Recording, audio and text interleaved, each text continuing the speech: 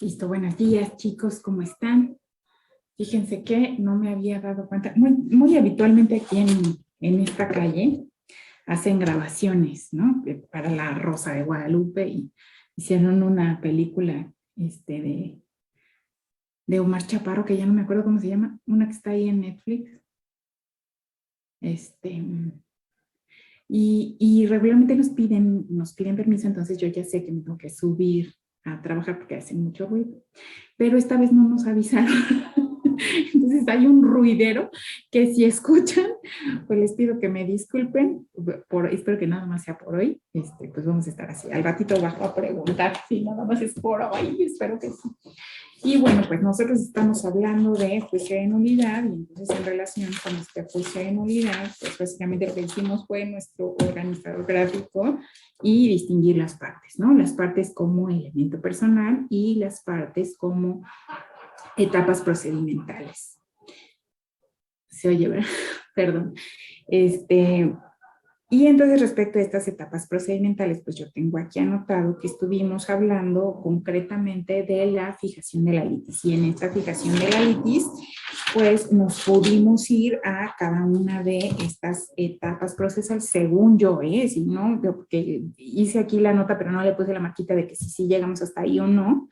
Entonces ya no estoy tan segura, pero a ver, ustedes díganme, así que ustedes aclárenme si en relación con esta etapa de fijación de la litis ya platicamos respecto de todos los procedimientos que están adentro de ella, y lo que sí tengo muy claro que ya hicimos, porque aquí lo tengo anotado, es respecto de los sujetos, concretamente el nuevo sujeto que vamos a conocer adentro de estos juicios de nulidad, que es los terceros con un interés jurídico distinto de las partes, ¿no? Entonces, bueno, pues ya para darles chance a ustedes también de ir retomando su participación, pues le dejo la palabra a Ángel para que nos ponga en contexto.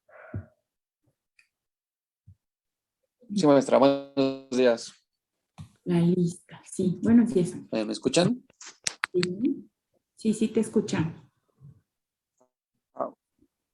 Bueno, sí vimos lo de la liberación de la litis, vimos que dentro de ella se encuentra lo que es la demanda, las medidas cautelares, la interposición, desplazamiento y contestación.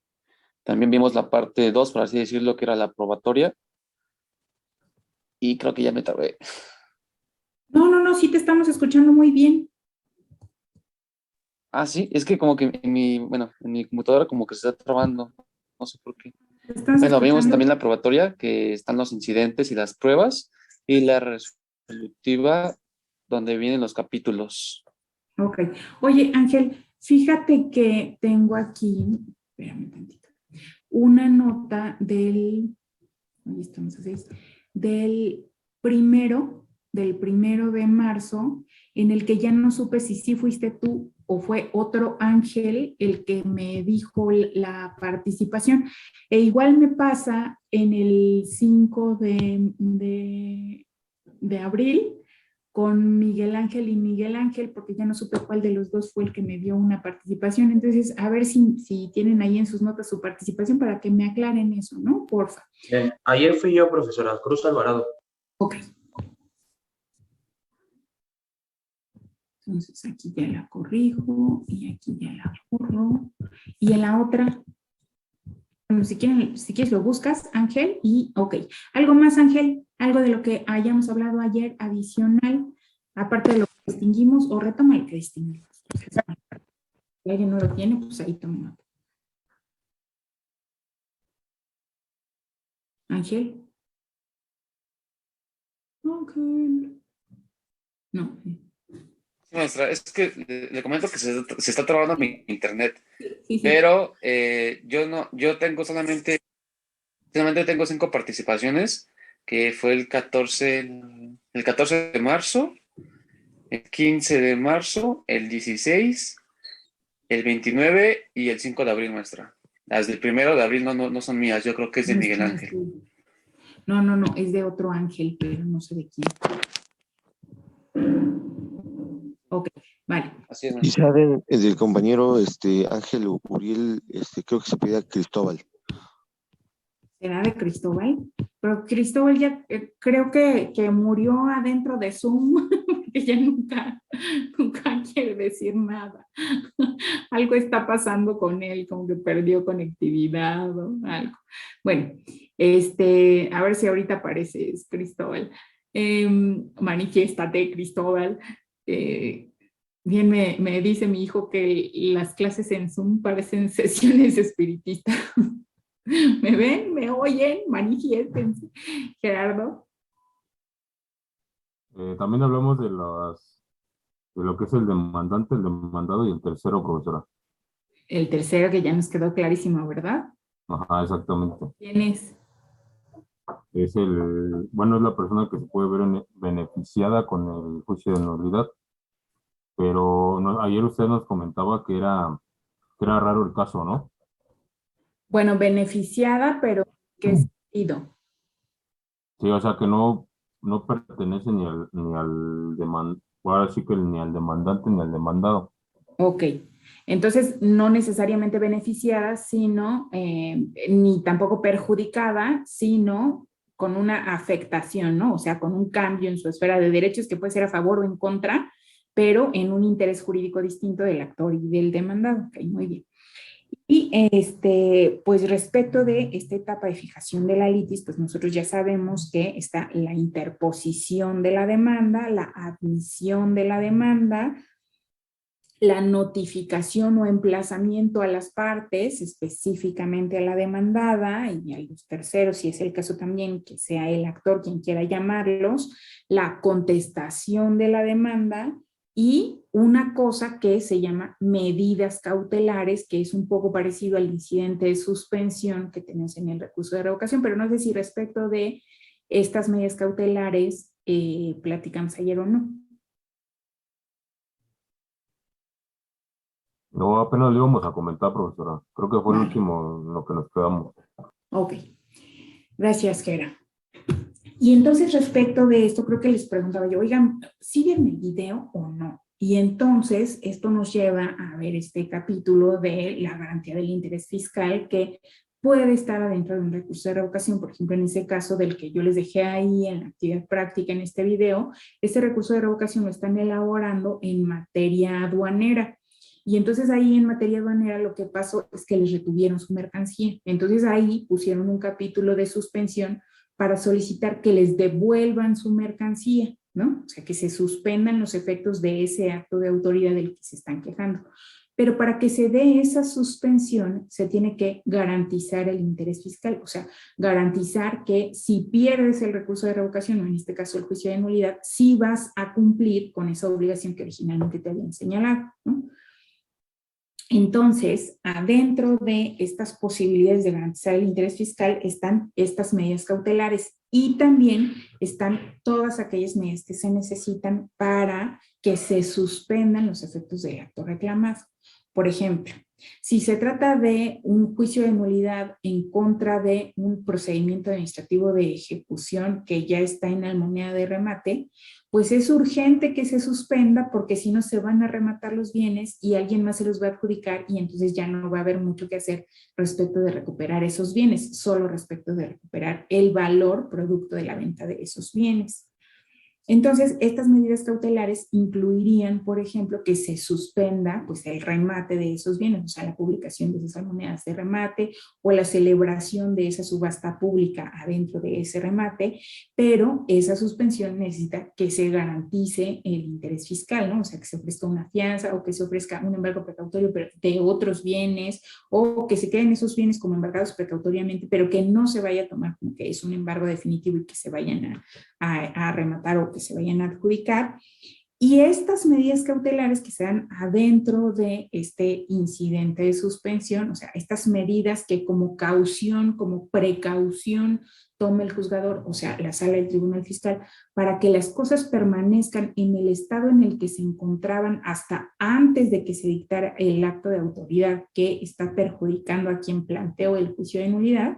O sea, para que todo se quede como en el encantados, ¿no? No sé si ustedes jugaron ese juego o no cuando eran chiquitos, pero se acuerdan que pues, si te tocaban te tenías que quedar ahí en la posición en la que te encontraras, ¿no? O a las estatuas de marfil. te tenías que quedar así, ¿no? Entonces, estas medidas cautelares pues incluyen eso, ¿no? La suspensión de los efectos del acto que se está reclamando, pero no solo la suspensión así nada más porque sí, sino la garantía que se tiene que dar para que esos efectos queden suspendidos hasta que se termine de resolver el juicio de nulidad. O sea, a diferencia del recurso de revocación, aquí sí necesitamos que se dicten medidas cautelares para que se suspenda el acto reclamado y necesitamos garantizar el interés fiscal para que sí se suspenda ese acto reclamado, ¿no? Entonces, todo eso se da adentro de un incidente de suspensión, o sea, un mini juicio adentro del juicio de nulidad para que sí se pueda considerar que este acto de autoridad del que vamos a demandar la nulidad pues no vaya a surtir sus efectos hasta que termine el juicio de nulidad en los términos en los que diga la resolución del juicio de nulidad que se debe de cumplir ese acto de autoridad, ¿no? No sé si les quedó claro o fui muy técnica con las palabras que utilicé o esto haya generado alguna duda o ustedes quieran retomar lo que acabo de decir o quieran repetir lo que tomaron de notas. Por ejemplo, Alex Jair.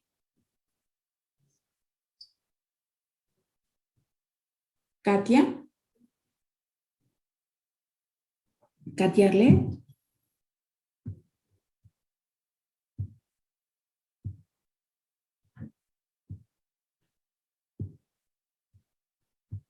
No, bueno, recuerdan que les había comentado que pues íbamos a comenzar a poner en sala de espera, ¿no? Entonces, pues creo que eso es lo que vamos a tener que proceder a hacer. Voy con Miguel Ángel Hernández.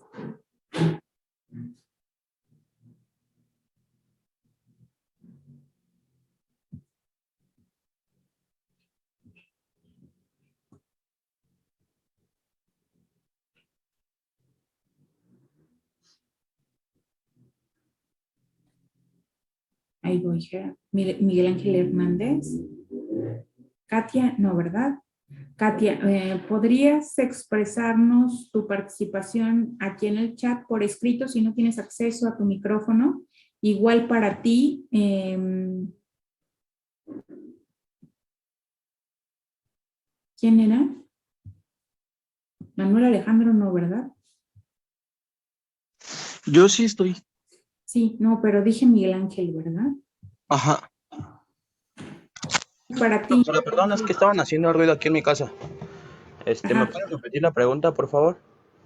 Sí, que sí, respecto de esto que les acabo de explicar de las medidas cautelares, nos puedes retomar o tienes alguna pregunta o tienes algo que comentar o explícanos qué notas tomaste tú o algo que nos sirva para, pues, como cerrar el círculo de la conversación respecto a estas medidas cautelares.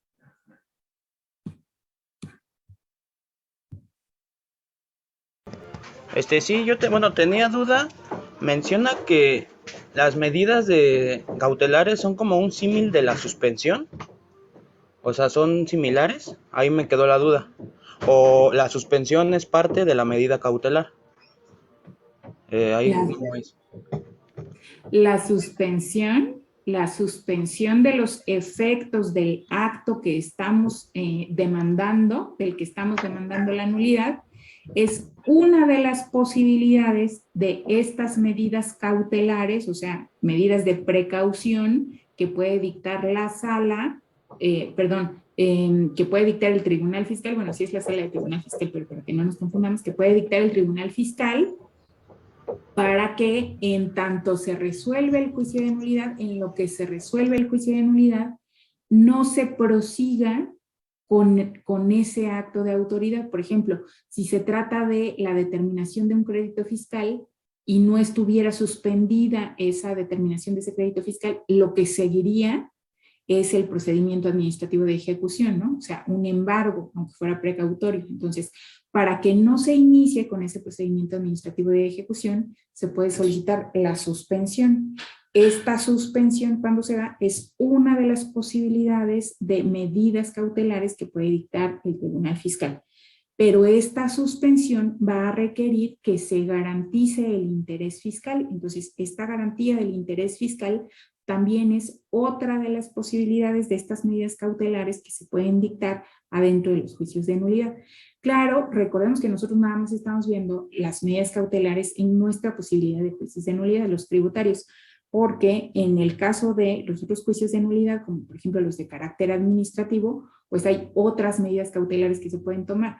Por ejemplo, si se tratara de una licitación pública para iniciar una obra, por ejemplo, el tramo número 5 del Tren Maya, las medidas cautelares concernientes a la suspensión serían evitar que el ganador de la licitación comience a construir o comience a tirar los árboles en la selva, en el tramo de Palenque, ¿no? Por la razón que sea. Pero esas medidas cautelares pues van a muchas otras cosas, esa suspensión va a muchas otras cosas que solo quitarle los efectos a una actuación del SAT, sino quitarle los efectos a la actuación de cualquier clase de autoridad. ¿Sí?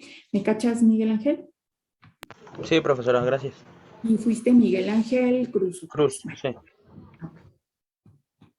espérame tantito, déjenme anotar aquí y veo la mano de Arturo. Sí, bueno, yo quería hablar acerca de las medidas cautelares.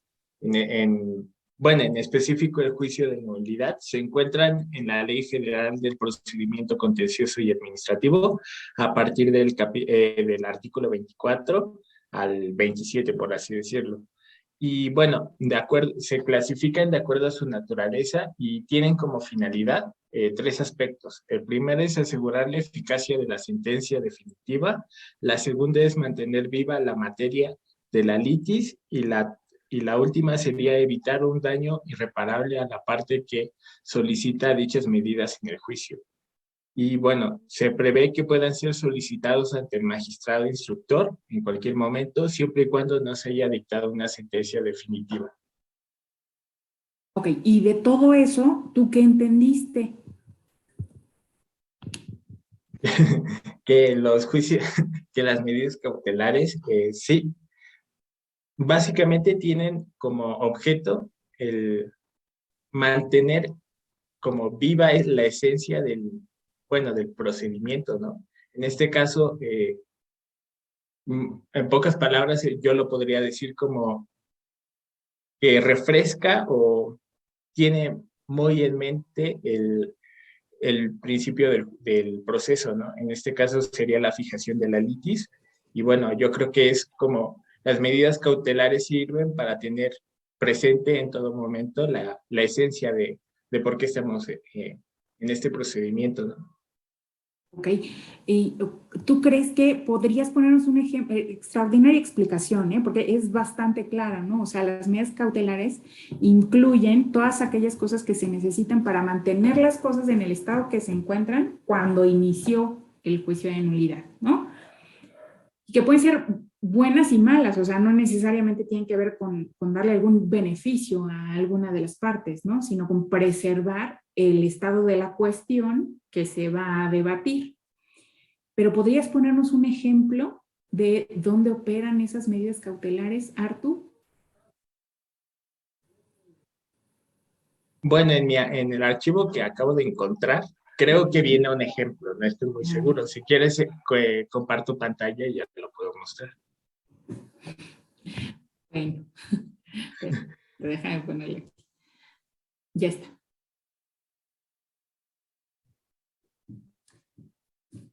Sí, bueno, aquí dice las medidas cautelares otorgadas en el juicio contencioso administrativo federal surten efectos mientras no se dicte la resolución final, ¿no? Y bueno, aquí podemos ver que... Es un criterio, ¿no? Sí, Un criterio en un amparo directo. Ajá. sí, es que lo estaba buscando. Bueno, es que lo que estaba explicando yo era esta parte, que bueno, aquí vienen los incisos que acabo de mencionar. Y bueno, como tal, no, creo que no viene el ejemplo, pero bueno. No. Ya por este ejemplo que no era para las medidas cautelares, sino para el tercero con interés jurídico, que decíamos, bueno, imagínate, el dueño del coche que estacionó su coche en el estacionamiento, que embargaron al estacionamiento y también embargaron ese coche que embargó del estacionamiento, ¿no? Y ese dueño de ese coche va al juicio de nulidad. Ahí, en ese caso, tú podrías encontrar así un ejemplo de medidas cautelares. ¿Podría ser el pago de una garantía? Ese sería el pago de una garantía, pero ¿quién va a garantizar qué cosa? ¿El SAT tiene que ser el pago de una garantía? No. Creo que, bueno, tiene que ser el contribuyente en este caso. ¿El Y, contribuyente? ajá, bueno, O sea, el estacionamiento. el demandante. El demandante, o sea, el dueño del coche. ¿Sí?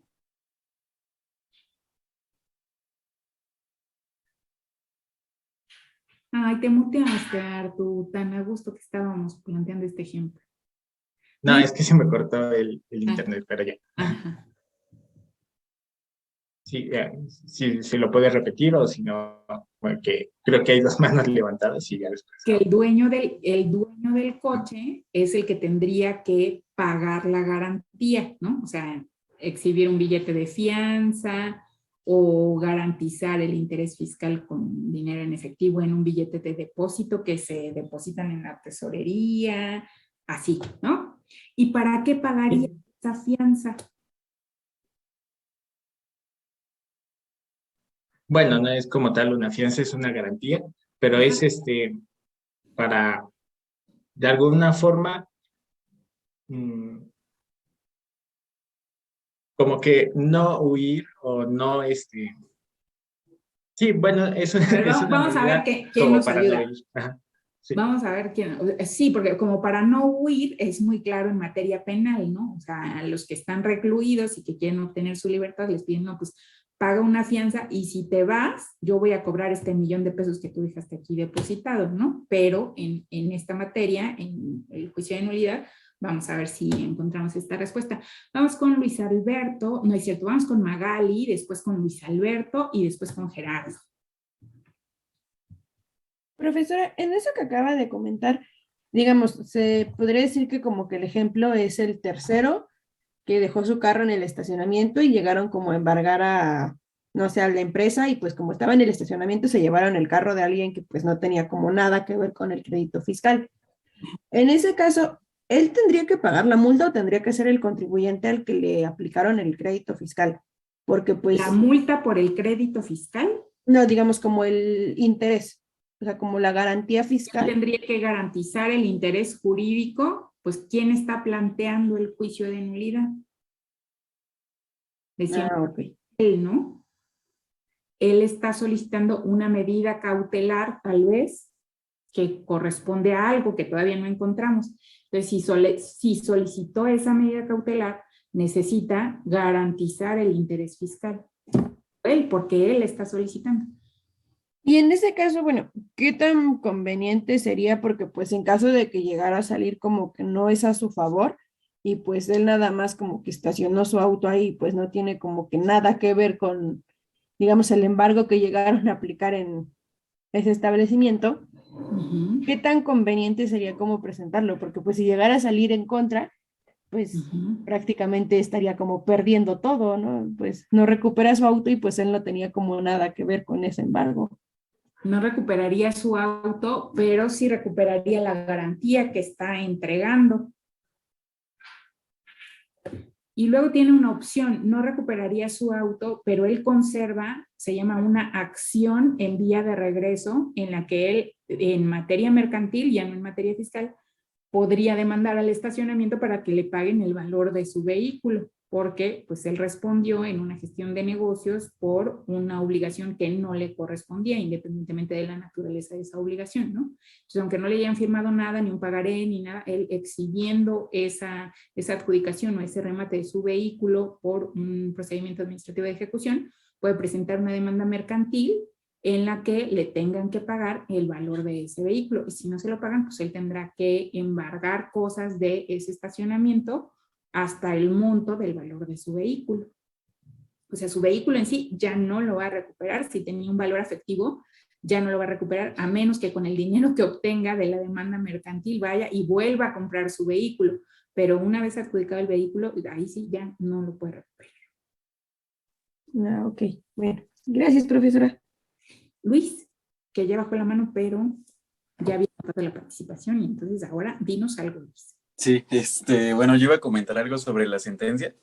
En este caso, hablando bueno, del tema de lo del carro, encontré que la sentencia, se pronunciará, me parece que son por mayoría de votos de los magistrados y que se tiene que dar a más tardar 45 días después de que se haya cerrado la instrucción en el juicio. Pero, bueno, también me había quedado duda, pero pues ya la contestó la duda que tenía Magali, era la misma que yo tenía sobre Era qué la misma pasaba que tú ahí. tenías, pero no nos lleva a identificar las medidas cautelares. Ah, todavía tengo la mano de Gerardo. A ver, vamos a intentar con Gerardo. Adelante, Gerardo. Yo le iba a preguntar otra cosa, profesora. Bueno, Es que desde hace rato quería preguntar eso. a ver, adelante. Bueno, entonces las medidas cautelares forman parte del proceso dentro del juicio de nulidad. Sí, Eso quiere decir que es una medida como precautoria. es lo mismo. Medidas cautelares y medidas precautorias es lo mismo. Ajá. Cautelares es de caución, o sea, de precaución, y precautorias, pues también es lo mismo, ¿no? De precaución. Ok. Entonces forma parte de esas medidas cautelares lo que es la garantía del interés fiscal, que puede ser una opción, Sí, esa es una una posibilidad. posibilidad. Y Ajá. la otra posibilidad que mencionamos, ¿te acuerdas cuál es? Era la de suspensión, La de suspensión, ¿no? pero Entonces, nada más se llama así, profesora, suspensión o suspensión del acto reclamado. suspensión del acto reclamado. Ok. Sí, esa era mi En pregunta. este caso no estamos reclamando la legalidad o las violaciones de un acto en particular, sino lo que estamos pidiendo es la nulidad. Entonces, esta suspensión del acto reclamado es más correcta decirla así en el amparo.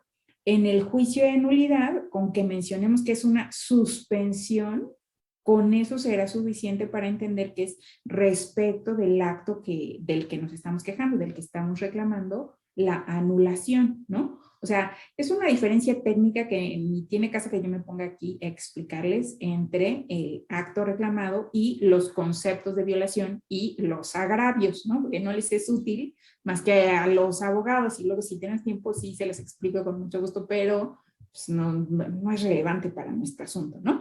Pero sí se trata de la misma figura de suspensión, tanto en el amparo como en el juicio de nulidad, o sea, que las cosas, de garantizar que las cosas permanezcan en el estado en el que se encontraban hasta antes de que existiera el acto de autoridad por el que estamos presentando el juicio, ¿no? Entonces, entre esas cosas sí está la garantía del interés fiscal, pero principalmente la suspensión de esta resolución que vamos a combatir, ¿no? O como bien tú nos señalas, Gera, de este acto de este acto reclamado, ¿no? Por decirlo para que me entiendan. Y entonces en este caso que nosotros planteábamos en nuestro ejemplo para distinguir a los terceros con interés jurídico, decíamos, bueno, imagínate que un tercero embargado sin interés jurídico en el crédito fiscal pues presenta su juicio de nulidad y entonces tiene que llamar a juicio como tercero interesado al sujeto pasivo principal de ese crédito fiscal por el que le trabaron embargo en sus bienes, ¿no? Pero ese demandante, o sea, ese dueño del coche, pues, ¿qué es lo que quiere al presentar el juicio de nulidad? En realidad, ¿qué espera? Porque a él le importa un diantre si gana o pierde el juicio de nulidad. ¿Él qué es lo que quiere? Que le devuelvan su auto. Que le dé su coche, ¿no? Que lo pueda pagar, eso es lo que quiere. Y para que tú le digas, sí, no te preocupes, mira, hoy presentamos la demanda y seguramente la próxima semana tú ya podrás estar yendo a recoger al almacén general de depósito tu coche, ¿qué necesitamos hacer? Corroborar que el auto es del contribuyente. Pero ¿eso qué relación tendría con el juicio de nulidad? El coche está embargado, se lo llevó el ejecutor y el ejecutor lo depositó en un almacén general de depósito. Es más, en el que está aquí en la aduana de Pantaco. Ahí fue y lo botó. Tiene que demostrar, profesora, que no tiene nada que ver con el Sí. sujeto pasivo. Tiene que demostrar que no tiene nada que ver y eso lo hará mediante su demanda y mediante sus pruebas. Pero entonces se tiene que esperar a que haya una resolución en el juicio de nulidad para que le devuelvan su coche. No, ¿Qué podría hacer? Acreditar la propiedad del vehículo. No, pero esa ya está acreditada. ¿Sería lo de la medida cautelar? ¿Qué medida cautelar? ¿La de suspensión? Solicitar la suspensión del acto reclamado que consiste en que se llevaron su coche embargado, ¿no? Y entonces que le quiten el embargo trabado a su coche, pero se lo van a quitar de manera definitiva Sería mientras está el proceso del juicio, ¿no? Mientras emite mientras la está el juicio resolución. de nulidad, ¿no? Y si él pierde el juicio de nulidad y le dicen, no, mire, aquí en las cámaras está el video de que usted estaba ahí presente mientras el ejecutor estaba señalando su vehículo y usted no manifestó nada, porque aquí en las cámaras se ve que usted ni le habló al ejecutor, solo le quedó mirando. Entonces, eso es un consentimiento tácito, ¿no? Y pierde el juicio de nulidad. Entonces, ¿qué pasa con ese vehículo, con ese embargo, con el dueño del coche? Pues, ¿qué pasaría? ¿Tendría que volver nuevamente al embargo? El coche tendría que volver nuevamente al embargo y el embargo se transformaría de precautorio ¿A definitivo? activo, ¿no? Y entonces comenzaría el remate, ahora sí, de ese vehículo. Pero para que al dueño de ese coche le dieran su coche, o sea, se lo regresaran, o sea, le dieran la suspensión de ese acto de autoridad que dio origen al juicio de nulidad, él tendría que hacer algo también, otra medida precautoria o otra medida cautelar. ¿Cuál es esa? Pidió la suspensión de ese acto reclamado, ¿no? ¿Pagar una como fianza? Ándale, exhibir una otra garantía del interés fiscal, como por ejemplo una fianza, porque todas las fianzas para garantizar obligaciones, ¿no? Entonces, por ejemplo, exhibir una fianza, ¿no? Pero si pierde el juicio de nulidad, ¿qué va a pasar con esa fianza? Ya dijimos, el coche, pues otra vez se lo van a quitar y ahora sí lo van a rematar. ¿Y la fianza? Es lo que comentaba hace rato, ¿no? Que pues si él regresa el coche, pues obviamente le regresan a él lo que dio de fianza. Le van a regresar la fianza, ¿no? Porque ya van a tener el coche para cobrarse ese crédito fiscal, ¿no? Sí, hasta aquí vamos claros con las medidas cautelares. Profesora, y en caso de que, digamos, pues él no regrese el coche, ya se tomaría como la fianza y ya no le reclamarían el coche. Se tomaría como la fianza, pero ya va a ser insuficiente esa fianza para el monto de lo que garantizaba el vehículo, porque obviamente lo que cuesta la fianza no es lo mismo que lo que cuesta el vehículo, menos los gastos de hacer efectiva la fianza. Haz de cuenta que si presentó un billete de fianza por su vehículo que cuesta, no sé, 100,000 pesos, 200,000 pesos, cuando esa fianza se haga efectiva, al SAT que cobre esa fianza, no se la van a hacer efectiva por 200,000 pesos, sino por una menor cantidad.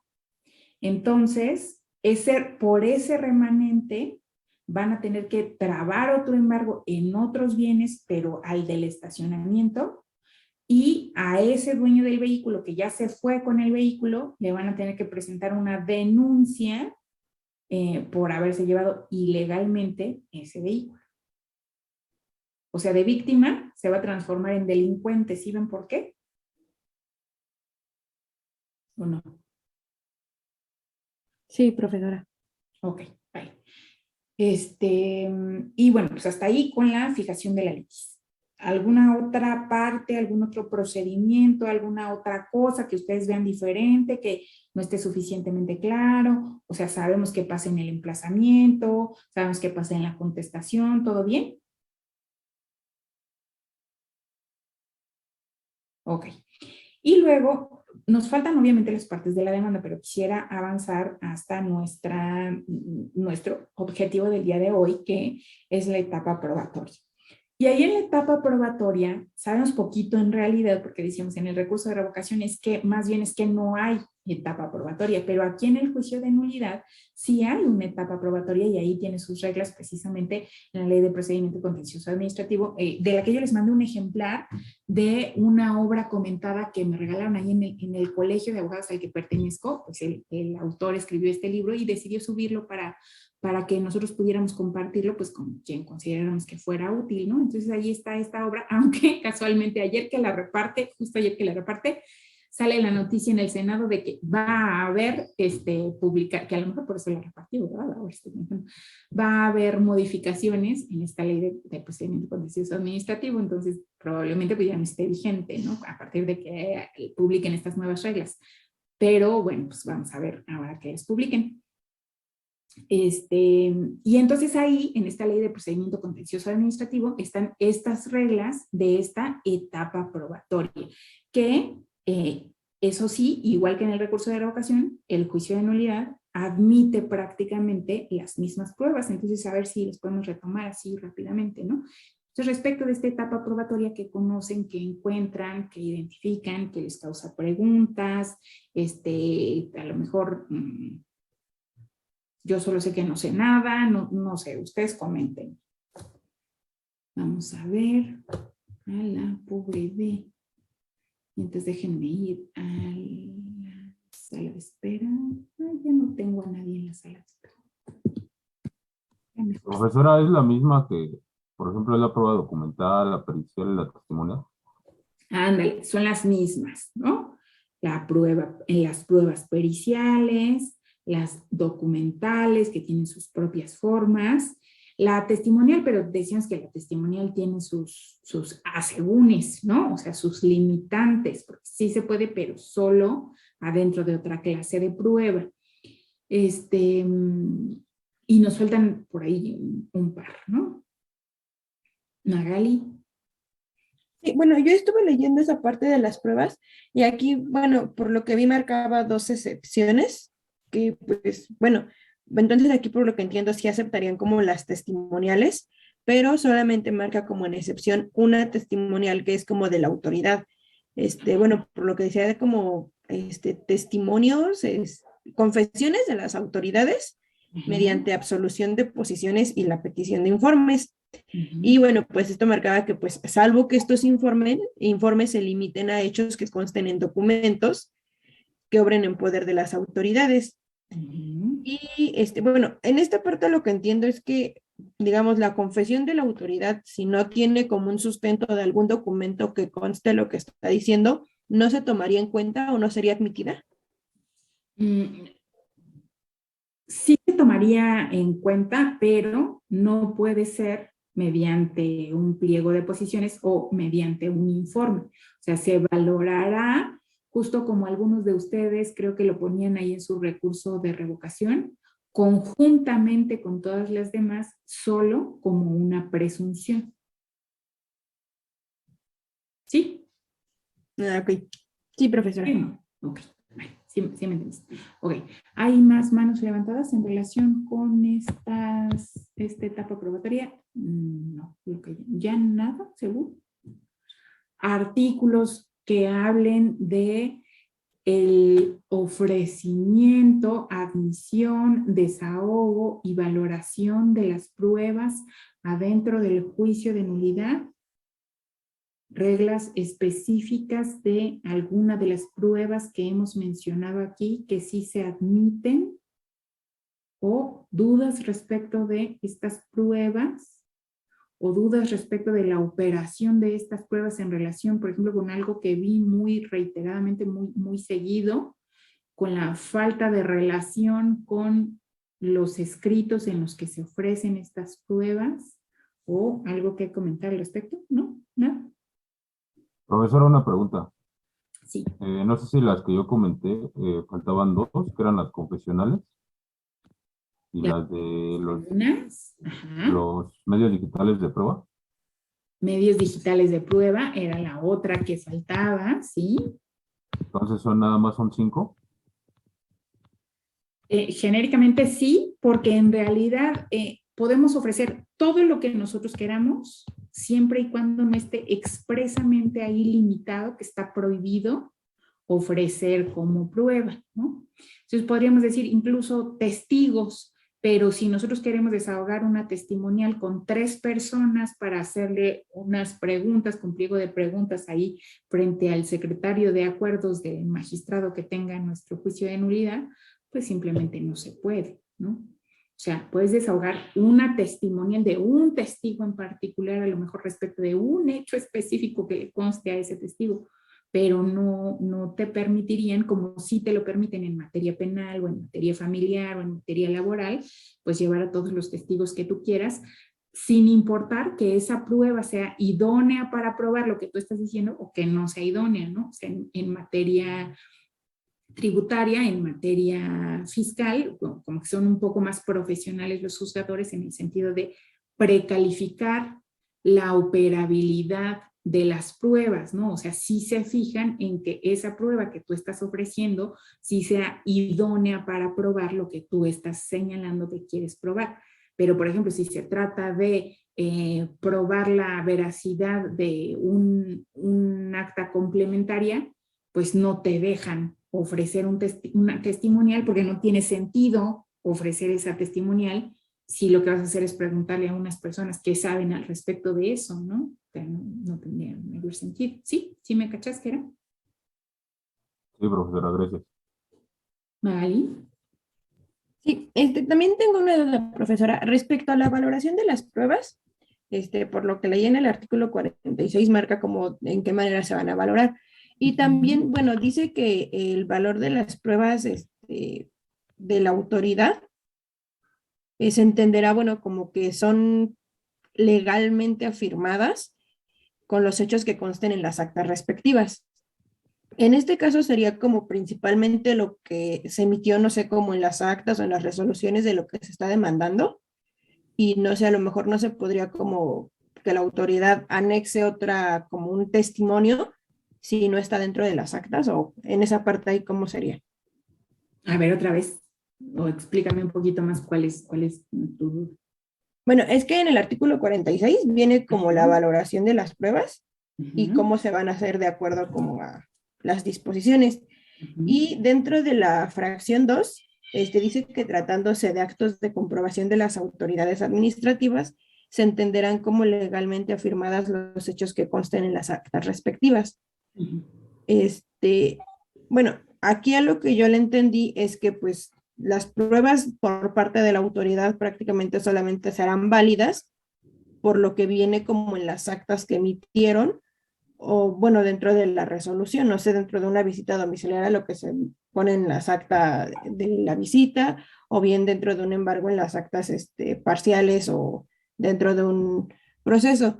Pero si no sé, si por alguna razón la autoridad tuviera como alguna otra prueba que no esté dentro de estas actas, ¿se haría válida o se tendría que verificar del por qué no está dentro de las actas?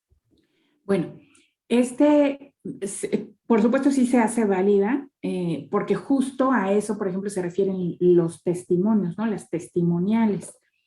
Pero en realidad este artículo a lo que se refiere es que en el caso de las pruebas, por ejemplo, documentales públicas, se tienen que valorar en su conjunto, o sea, en todo lo que dicen, no solo respecto de lo que las partes las están ofreciendo. Por ejemplo, si hay una prueba que sea un acta parcial en la que sucedieron 2 cosas diferentes, por ejemplo, en una que se hizo un requerimiento y se atendió, y en otra que se hizo otro requerimiento y por alguna razón no se atendió, y con esa acta parcial lo que se pretende probar es que hay una conducta, digamos que de infracción del contribuyente que se está negando a desahogar los requerimientos adentro de la visita domiciliaria.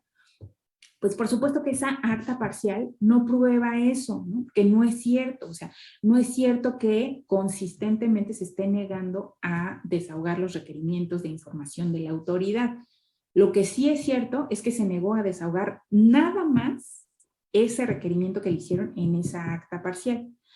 Pero no se puede valorar nada más ese pedacito en el que se está negando a entregar esa información o que está manifestando que no está en posibilidad de entregar esa información, sino que se tiene que valorar todo lo que dice esa acta parcial, incluyendo la parte en la que dice se hizo otro requerimiento y sí se desahogó, ¿no? Más bien ese artículo a eso se refiere, a que esas pruebas se tienen que valorar en su conjunto, no nada más, o sea, en todo lo que dice adentro de ellas, no nada más respecto de un pedacito, que es lo que nosotros queremos utilizar como prueba. ¿Sí? ¿Sí me caché? Ah, ok. Y Pero bueno, por supuesto, pero por supuesto, respecto de estas documentales públicas, claro que las partes pueden ofrecer otras pruebas en contrario, pero ¿qué pasa? Ahí intervienen las reglas de valoración de las pruebas, ¿no? Que no son reglas matemáticas ni exactas ni nada, pero que más o menos nos dan una idea de cómo van actuando los juzgadores en la valoración de las pruebas. Entonces, claro que las documentales públicas prueban más que las documentales privadas. Entonces, por ejemplo, frente a una escritura pública, tú no podrías probar que lo que dice la escritura pública es falso con un contrato privado, ¿no?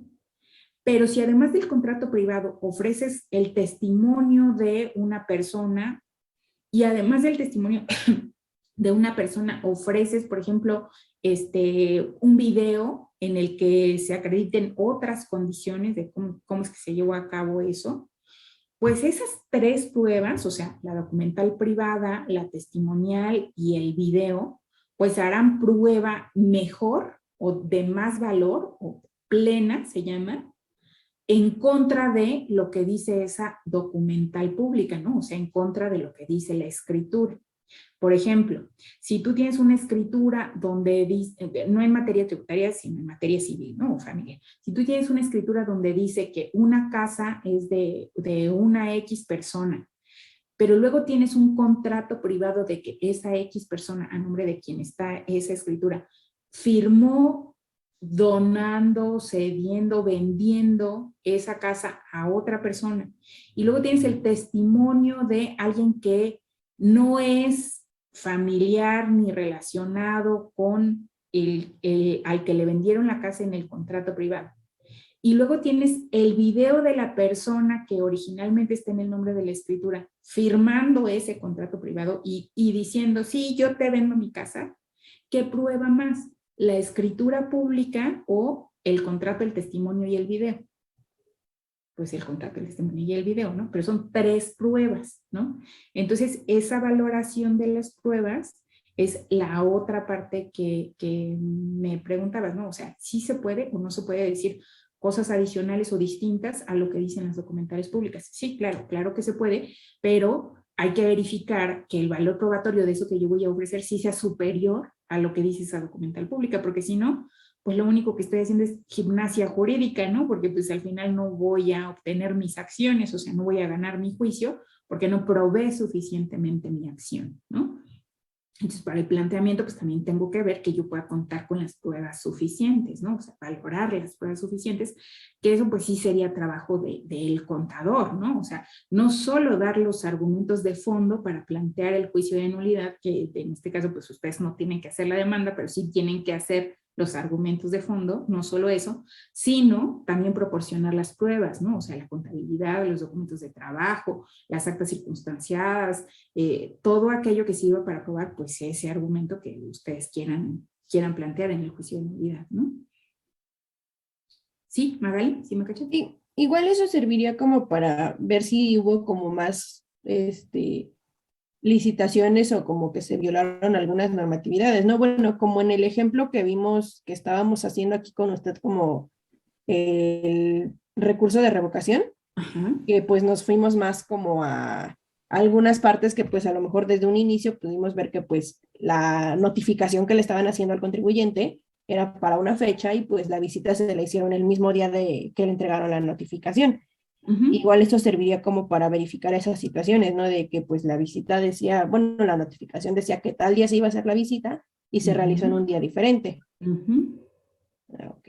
No había tanto problema con la valoración de las pruebas porque era documental pública contra documental pública, ¿no? Entonces, ahí hay una confesión, o sea, un hecho expresamente manifestado por la persona en contra de quién va a operar, que en este caso era el SAT, ¿no? O sea, por un lado te dio un papel que dice una fecha y por otro lado te dio otro papel que dice que hizo eso en una fecha diferente. Entonces, ahí ya tácitamente confesó que sí transgredió lo que decía su orden, ¿no? Pero es el mismo tipo de pruebas, documental pública, que es el acta de notificación, contra documental pública, que es el oficio con la orden de inicio de la visita domiciliaria.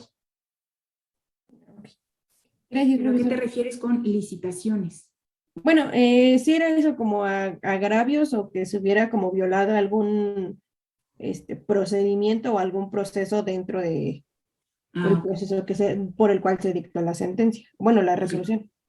Bueno, en el juicio de nulidad, que ya esta es como de mis recomendaciones así personales, ¿no? En el juicio de nulidad, lo que regularmente requerimos los abogados de ustedes, los contadores, es que no nos digan los agravios de forma, porque eso los vamos a encontrar nosotros solitos. De hecho, la mayoría de los abogados son especialistas en ir encontrando agravios de forma, ¿no? En lugar de atacar el fondo de los asuntos y la interpretación de la norma o la cosa importante, regularmente no sé, nos queremos ir a la forma, ¿no? Oye, la notificación está mal y le falta fundamentación, porque esas cosas son fáciles de encontrar, ¿no? Pues te vas como si fuera un checklist con el proceso, con el que dice la ley de procedimiento contencioso administrativo o el código fiscal, y es muy fácil identificar las faltas de forma, ¿no? Entonces, pues sí, a lo mejor se las puedes mencionar, se las puedes anotar, ¿no? Pero de esas no hace falta que construyas tú los agravios. De lo que sí hace falta que construyan los contadores los agravios es cuando las faltas son de fondo, o sea, respecto de la interpretación de las normas, ¿no? Por ejemplo, estos nuevos requerimientos de información que le han impuesto a las controladoras beneficiarias para determinar la base de ISR, ahí, según yo, como dice mi abuelita, a mí toca pensar, hay un montón de posibilidades de interponer medios de defensa con agravios de fondo, porque tienen que ver con la interpretación de lo que dicen las reglas generales y la ley del ISR en relación con la información que le deben de proporcionar los contribuyentes para que ella pueda verificar, ¿no?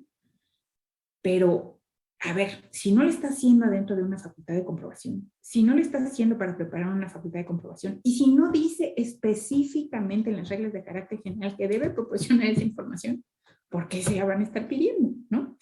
Pero es lo que yo pienso, nada más que yo no soy contadora y pues no sé si estoy en lo correcto o no, porque yo no hago esos informes, o sea, yo no elaboro esas declaraciones, entonces yo no sé si lo que yo estoy pensando es lo correcto o no. Eso nada más lo va a saber un contador que sí haga esa clase de informes, ¿no?